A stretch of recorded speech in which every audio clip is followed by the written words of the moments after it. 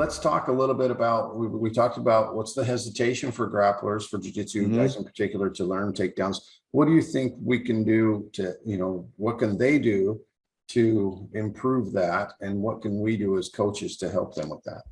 Sure. So as a coach, bring somebody in to teach, learn yourself. And, most of the people, even jiu-jitsu, they know the few basic throws, Ogoshi, there's a couple, right? Koshi Guruma, probably very kind of like Tani Atoshi.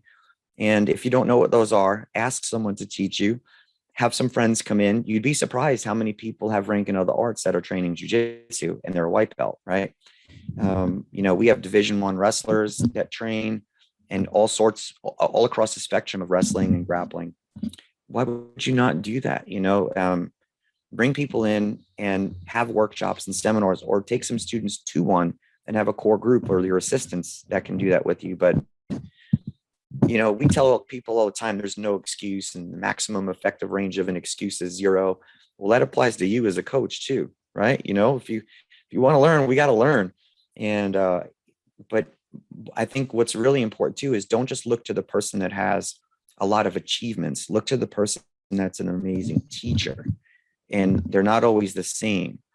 And so I recommend, constantly adding to your knowledge base by introducing other arts. So I would bring in instructors, guest instructors, seminars, workshops, even online resources are better if you don't have anything, right?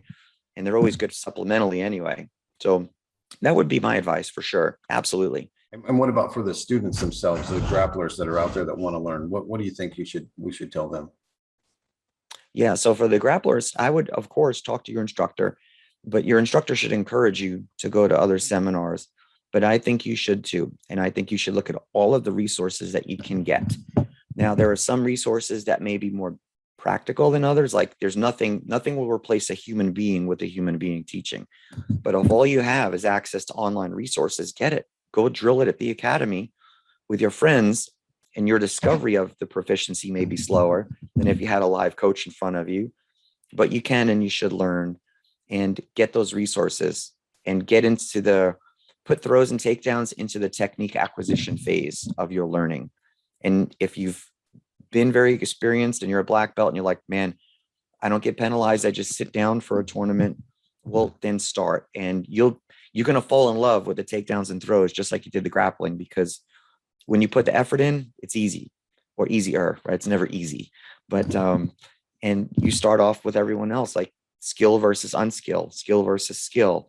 And then you increase the skill versus skill. And so I think as a student, you should absolutely seek out takedowns and throws. And there's so many resources. Like you said, sometimes there's somebody in your academy that you don't even know about, that could be what we would call a black belt in wrestling, so, but they're wearing a white belt in class, or blue belt or something. And so draw on those resources too. I totally agree with you on that.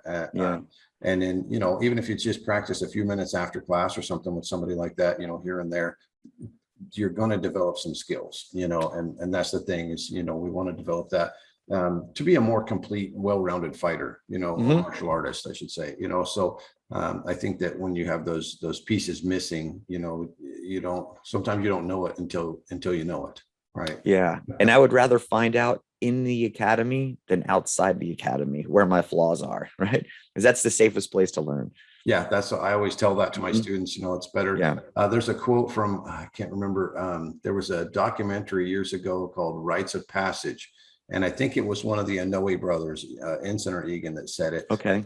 That it was, it's better to bleed in the gym than to bleed outside the gym, and I agree with that. It's like, it's better to make those mistakes in the dojo, because your partners, your training partners, your instructor, everybody's going to help you fix it. Right. Yeah. And if it happens out on the street in a self-defense situation, you might not get a second chance to make that mistake. So very good to practice with that mindset, I think, when you're inside the dojo, for sure. Yeah. They're not letting go when you tap on the street.